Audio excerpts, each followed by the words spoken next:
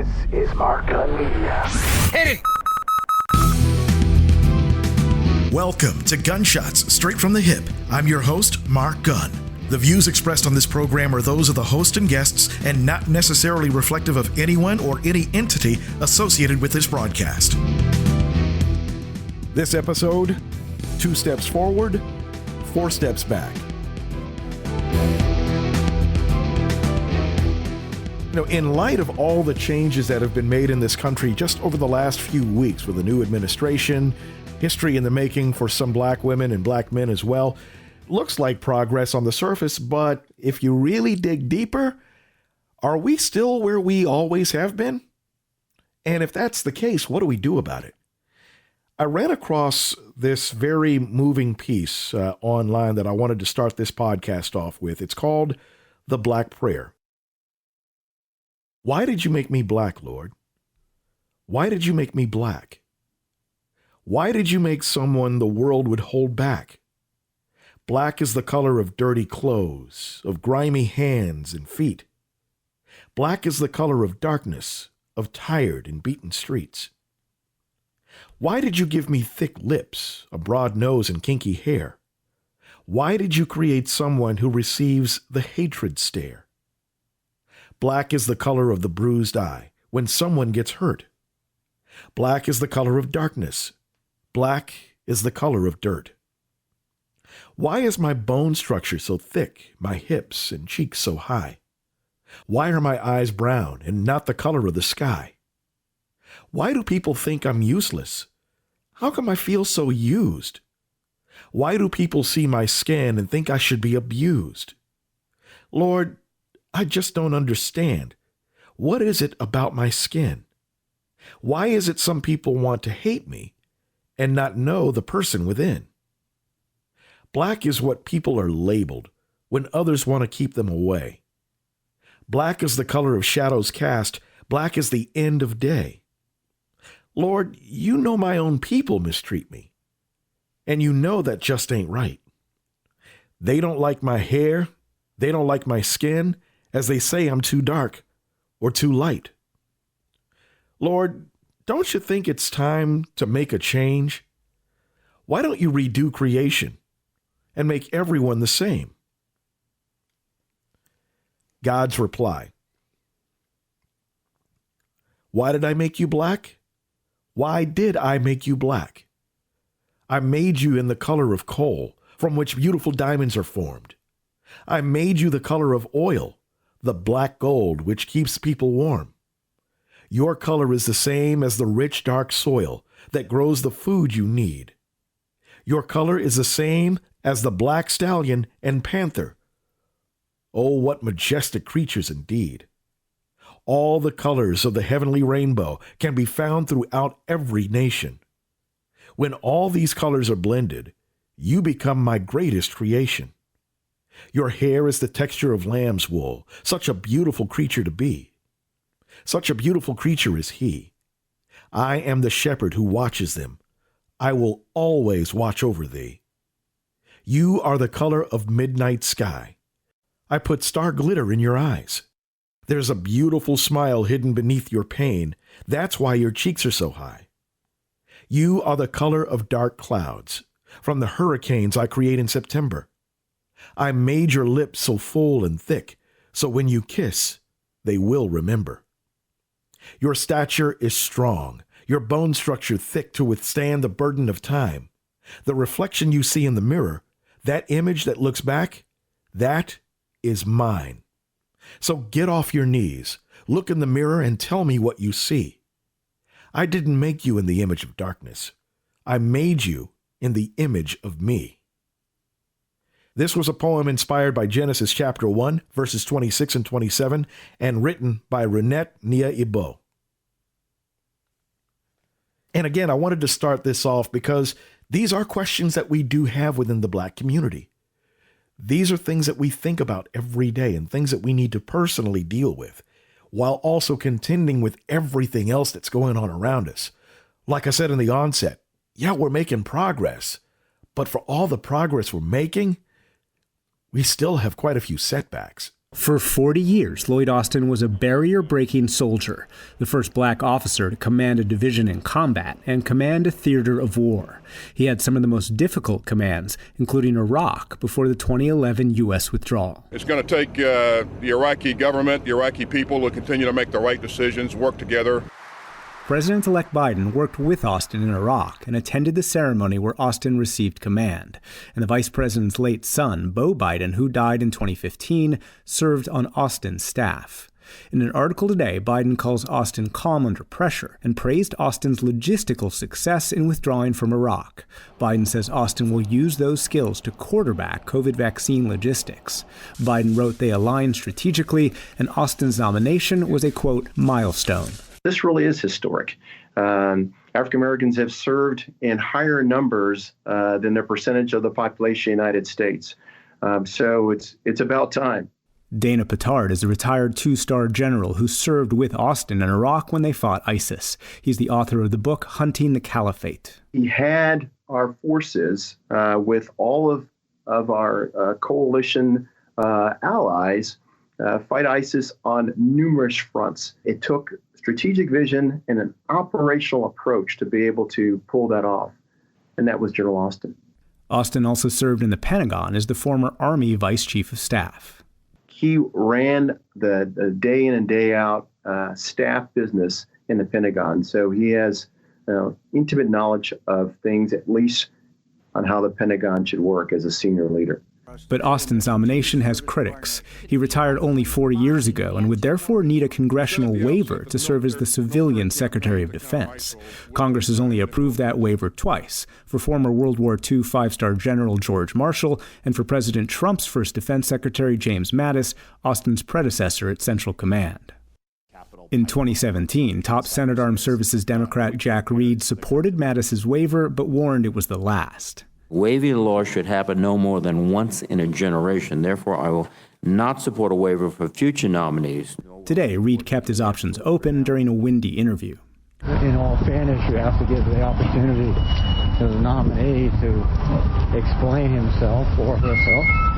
That's what I think the principle is. The Congress has, since the 1940s, required that for someone to become Secretary of Defense, that they have been separated from that chain of command for a long enough time back into the private sector that they still they aren't still part of that sense of following orders. Danielle Bryan is the executive director of the Project on Government Oversight, which opposed Austin and other prospective nominees. She's also concerned Austin joined the board of Raytheon, one of the country's largest defense contractors, a few months after he retired. We want someone who has a broader perspective than sort of the same old cycle of the military-industrial complex that has been spiraling now for decades. And some regret the opportunity lost to have picked the first female Defense Secretary, Michelle Flournoy, who was on Biden's shortlist. I do feel like there's a sense of being let down from some folks, that they were really hoping that we'd be able to break this barrier. Mika Oyang is the senior vice president of the centrist think tank Third Way. Having Lloyd Austin as Secretary of Defense is a big historic moment. He has broken barriers everywhere he's gone. Race is very much still an issue in the military, but at the same time, so is gender. Both of those issues, racism and gender discrimination, are going to be on the plate for the next Secretary of Defense. Austin's defenders say he is a warrior diplomat who can deal with those issues and align with President-elect Biden's restraint. Someone who is more tied to the Defense Department and who has been in combat themselves will be a little bit more reluctant to want to send our sons and daughters to combat unless it's absolutely necessary. And Lloyd Austin is that type of individual. From the first black Secretary of Defense to something we've known about for decades. I think my biggest takeaway was that in many ways we saw white privilege on display in the U.S. Capitol. You had many people who are Black, who are Latinx, who are Native. You had many people looking at what those white domestic terrorists were doing and were thinking that if they had been Black, they would not only they would have certainly been arrested, but people believe that they would have even been killed. And so I think that the fact that they were able to lay siege on the U.S. Capitol and in many cases walk out without being arrested, even guided out by the police, really for me was white privilege on display.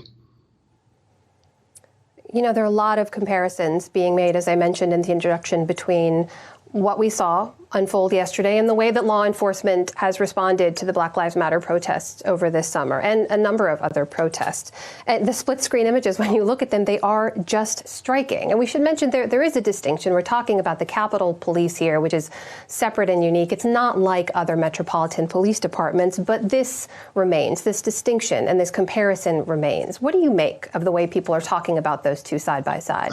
I'm so glad that people are recognizing that extreme double standard, the ways in which police officers are able to show extreme restraint for violent white terrorists who are laying siege on the U.S. Capitol, while they do the very opposite, oftentimes for peaceful demonstrators who are protesting against racism and police violence. And let me say, when I say peaceful, I'm not just sort of saying that without data. I mean, one study that analyzed upwards of 8,000 demonstrations last year that were demonstrating against racism found that 93% of those demonstrations were peaceful. And I'm a professor. If you get a 93, that's an A.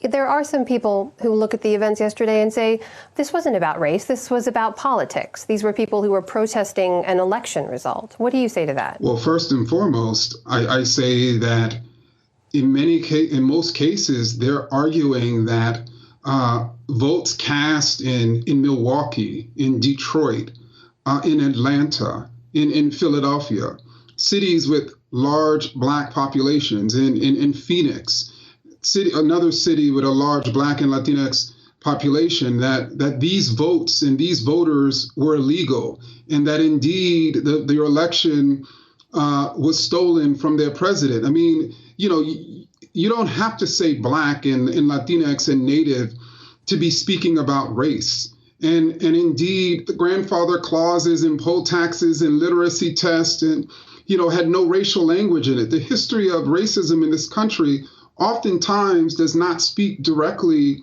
and openly about race, but we know race and racism when we see it and hear it. We've reported on the number of people who've been arrested so far as a result of the action. We know D.C. police say that they're investigating. Federal officials have said they're looking for some of the people. There's scores of video and still imagery evidence for them to go through. But in the way of accountability, what do you think needs to happen next? Well, I mean, I think those of us who study the history of racism, and even those of us who study the history of white domestic terrorism, one of the things that we find is again and again, over and over, those who engage in this form of terror are simply not held accountable. I mean, the Confederates were not held accountable at the scale that they should have. Many of the people who engaged in lynchings were, of course, not held accountable. Police officers who kill people in cold blood are not held accountable. And then these white people who lay siege on the U.S. Capitol, will they be held accountable? I mean, that's the question that people are asking. Will the President of the United States, who riled them up, who called them to D.C., will he be held accountable? Will other Republican congressmen and women who also aided and abetted, will they be held accountable? That's the questions that we're asking. That what we saw at the U.S. Capitol is part of us. That is who we are. It's not all of us, but it's part of us. It's part of America. There's a long history of white domestic terror laying siege on American democracy. And we have to own that and accept that, because that's the only way we can rid this country of it. One of the other ongoing issues we continue to face is in healthcare. And here's the catch-22 that we find ourselves in. We, as Black people, have a healthy skepticism of the healthcare system. History backs that up. But when it comes to the coronavirus vaccine, we're the ones dying from the virus, but we're not getting the vaccine at the rate that whites are getting it. Why are Miami-Dade, Broward vaccinating black residents at slower rate than white residents? The relief of seeing his father and uncle get their COVID-19 vaccines came with some discouraging news for Dr. Hansel Tooks. Both men were upset at how few fellow black people were getting their shots. My dad was despondent over this, asking me, "What are you doing about this?" "Knowing that it's the kind of thing that keeps me up at night," said Tooks, a University of Miami physician and professor who has pioneered health equity in the city. Statistics released this week by Florida's COVID operation show that Tooks' family experienced a fairly typical day in a vaccine operation that has steadily left black residents behind. Of the roughly 138,000 people who have gotten the vaccines in Miami-Dade, just 8,265, or 6%, identified as black, according to the latest state data, released Thursday. Excluding the 19,200 or so people who were marked as unknown race, that's still just 7% of the total, compared to the overall portion of Miami-Dade that is black minus 16.7%, according to U.S. Census data. Stark racial disparities in vaccine distribution appear to be a problem in neighboring Broward County too. Though the county is 30% black, just 10% of the 95,618 people who received vaccines and marked down a race identified as black. Local healthcare leaders had already warned of a racial gap in the early days of Miami-Dade's vaccination effort. Jackson CEO Carlos Maigoya told county commissioners last week that the system was not working for the county's black communities. "What we found is we have not, through the normal appointment process, have not been getting enough people of color. Principally black. Because we have gotten a fair amount of Hispanics," Maigoya said. Maigoya said about 2,000 people received vaccinations in the first wave of appointments made through churches, with a very large chunk of the doses going to black residents. Jackson also started allowing employees at the hospital, one of Miami-Dade's largest employers, to offer vaccination appointments to up to 2 relatives ages 65 and over in an effort to reach people not getting the chance for appointments through the online portal. On Sunday, a state vaccination operation was set up at the Second Baptist Church in South Miami-Dade to vaccinate 600 people in an effort Commissioner Keon McGee said he helped arrange with Florida's Emergency Management Division. Commissioner Keon Hardiman, who represents some Miami neighborhoods with large black populations, said the church outreach won't be enough. "There are a great number of people in this community that do not attend church," he said. "We have to find other ways to reach the black community. The lack of access for black people comes even though the black population, especially older black men, are known to suffer disproportionately high death rates from COVID.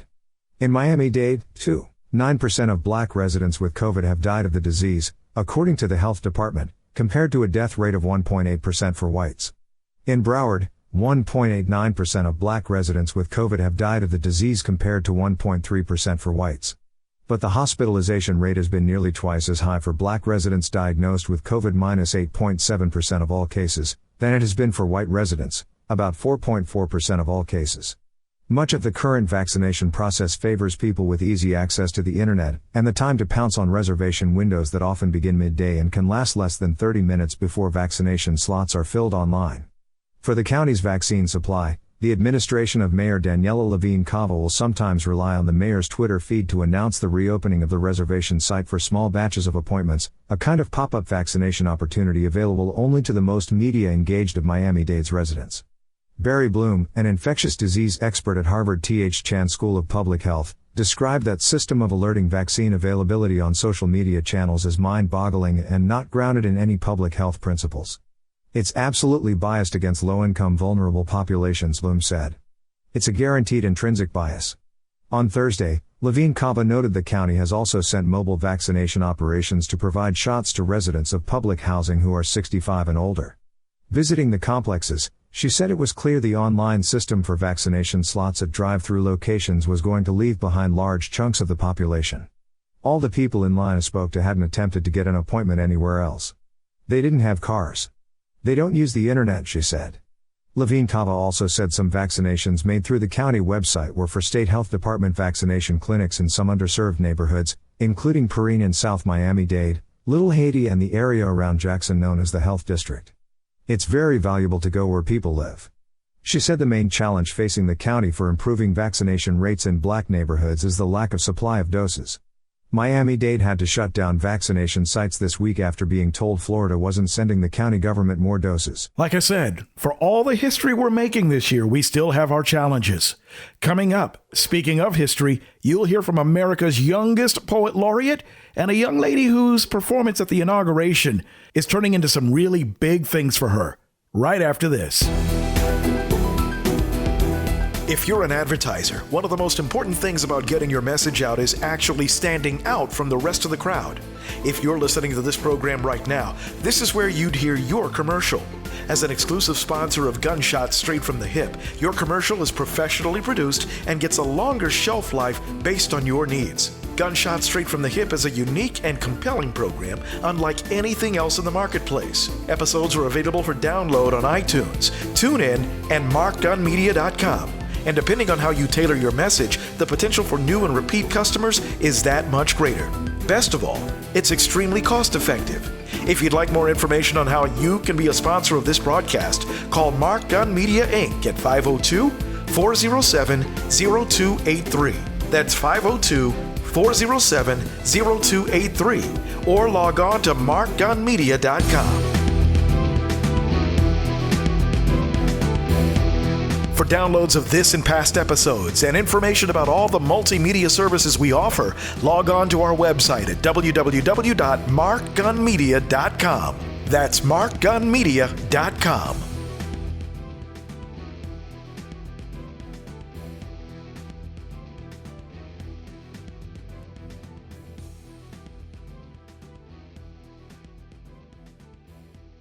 Welcome back to Gunshots Straight from the Hip. I'm Mark Gunn. In this episode, Blackness. 2 steps forward, several steps back. We're taking a look at some of the challenges that we're making among history-making progress this year.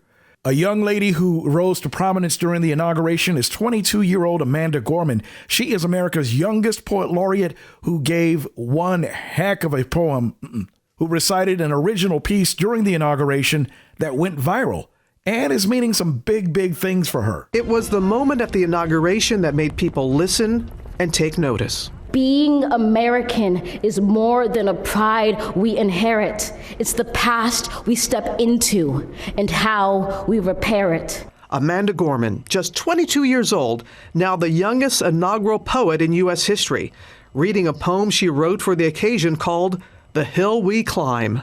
We've braved the belly of the beast. We've learned that quiet isn't always peace, and the norms and notions of what just isn't always just is. The Los Angeles native joining an esteemed list of prestigious poets, including Robert Frost and Maya Angelou. Somehow we've weathered and witnessed a nation that isn't broken, but simply unfinished. We, the successors of a country and a time where a skinny black girl descended from slaves and raised by a single mother can dream of becoming president, only to find herself reciting for one. Gorman was only halfway through writing the poem when, just 2 weeks ago, that group of rioters stormed the Capitol. She decided to address that moment head on and finished her work that night. We've seen a force that would shatter our nation rather than share it, would destroy our country if it meant delaying democracy. And this effort very nearly succeeded. But while democracy can be periodically delayed, it can never be permanently defeated. Her final words reflecting the gravity of the moment. And so we lift our gazes not to what stands between us, but what stands before us. We close the divide because we know to put our future first, we must first put our differences aside. Her work winning the praise of President Obama and Secretary Clinton, who wrote, "Wasn't Amanda Gorman's poem just stunning? She's promised to run for president in 2036, and I, for one, can't wait." Gorman's poem, a lasting message to us all. For there was always light, if only we're brave enough to see it, if only we're brave enough to be it. And joining us live right now, inaugural poet, activist, and the author of 3 upcoming books, including Change Sings, Amanda Gorman, thank you so much for this opportunity to speak with you. Just tell us, well, first of all, how are you doing this morning? How's it going? I am doing amazing. It's not often that you wake up on a morning feeling like this. I can only imagine. Let us begin at the beginning. Dr. Jill Biden, she heard you, and she had her team reach out to you right away. What was your reaction when you discovered that you would be taking part in such an historic day? Wow. When I was told by the Presidential Inaugural Committee, I was overjoyed. I was grateful. I was honestly shocked. I had not been, expecting that at 22 they would trust me with such an honor. And, I was also daunted at the same time. I was honestly scared of writing such a poem. I wasn't sure if I could, do it justice, but I'm so glad that I put my best foot forward and did it. Oh, it's so good to hear that you felt the fear, but you walked through it and you did it. And something else that many people don't realize about you, you share something with President Biden. You have a speech impediment. Tell us what yours is and how you've overcome it. Right. So, President Biden has been super open about his stutter. My speech impediment wasn't a stutter, but it was dropping several letters that I just could not say for years. Most specifically, the R sound, which it would take until, probably I was 20 to say, meaning that I couldn't say words like poetry or even Gorman, which is my last name, and I had to really work at it and practice to get to where I am today. And so when you kept saying rise yesterday, what was going through I know that you were thinking of that.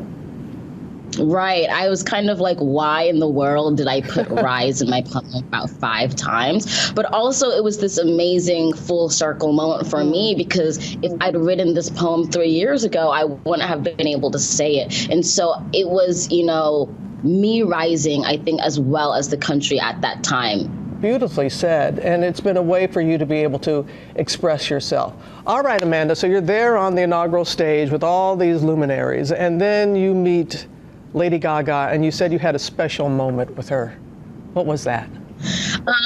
It was so incredible meeting Lady Gaga. I mean, I'm Gaga for Gaga, literally. And we kind of just flew to each other like magnets after the ceremony ended. And we were just both crying and just hugging, and it was just such a great moment, because what she does with music, I aspire to do with poetry. So it was great to kind of have that woman-to-woman camaraderie. Well, you certainly do that with your poetry.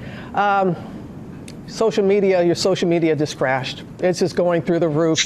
You can't see all of their reactions. So we have a special message. No one has seen this. This is just for you. Good morning, Amanda Gorman. It's Lynn Miranda. Congrats again on yesterday. The right words in the right order can change the world, and you proved that yesterday with your brilliant piece. I'm so incredibly proud of you, and I can't wait to see what you write next. Keep changing the world, one word at a time. You smashed it. God! I almost fell out of my chair. That's amazing. You did. You smashed it. You absolutely smashed it. And to have the confidence though the fearful that you were, to have the confidence to step up there, and you had something comforting you on your hand, a ring that was given to you by Oprah.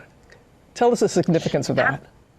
Right, absolutely. So Oprah wrote to me, and we've been in touch for a while now, saying, I bought Maya Angelou's coat and gloves when she performed the poem at Clinton's inauguration. I'd love to continue the tradition and buy something for you. And so what we settled on was this ring, which, if you look, has a caged bird inside. And for me, that was to symbolize my idol, Maya Angelou, who wrote the great autobiography, I Know Why the Caged Bird Sings. And that way I could, feel like I had Maya close in continuing her tradition. Oprah also bought my earrings as well. She was just so generous in making sure I felt prepared both emotionally and fashionably for the moment. And you were. And you have 3 books that are coming out. Okay, I got to ask you, 2036, you running for president? Heck yeah. Love your confidence. You know, Amanda, my mama said, we all have gifts. Discover yours and share it with the world. Thank you for sharing yours with the world. We will not be the same because of it. We'll see you. Thank you. Thank you. Bless you. You've been listening to Gunshots Straight from the Hip. The views expressed are those of the host and guests and not reflective of any business entity or anyone associated with this broadcast. If you have any comments or want more information on how to be a sponsor, log on to our website at markgunmedia.com or call us at 502-407-0283. That's 502-407-0283. Thank you for listening. Mark Gunn Media. No hype, no hoopla, just damn good work.